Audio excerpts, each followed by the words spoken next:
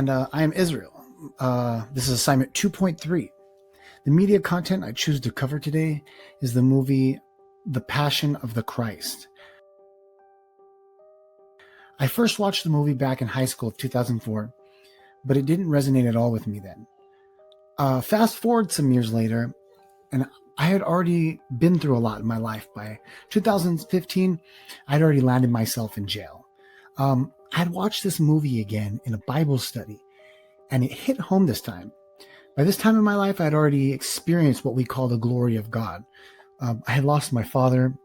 By this time, I had gotten married, but I was still lost in this world.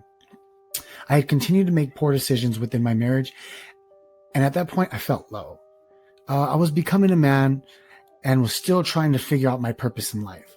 This movie moved me because it depicted the life of a man who went through trials. He was judged unjustly by those very people he came to save. Every aspect of persecution he went through, never did he defend himself. He knew the purpose of his birth. He had begun to teach people in a way that distributes pure love. That's why I believe this movie touched my heart, because all he did was teach love in many different ways. I never really felt love before. The love I was experiencing when feeling the presence of the Holy Spirit was unimaginable.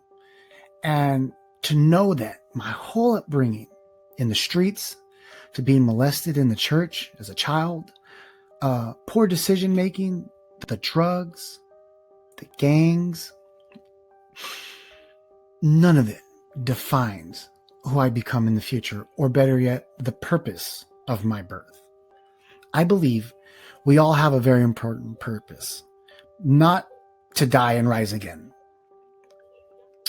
I'm not saying that, but I believe that we're all meant for something great, and that we all have the opportunity to share love. Love may not look like hugs and kisses, not at all. But the kind of love that's explained in 1 Corinthians chapter 13. That's all I can ask for. That's how the Passion of Christ inspired me. Thank you.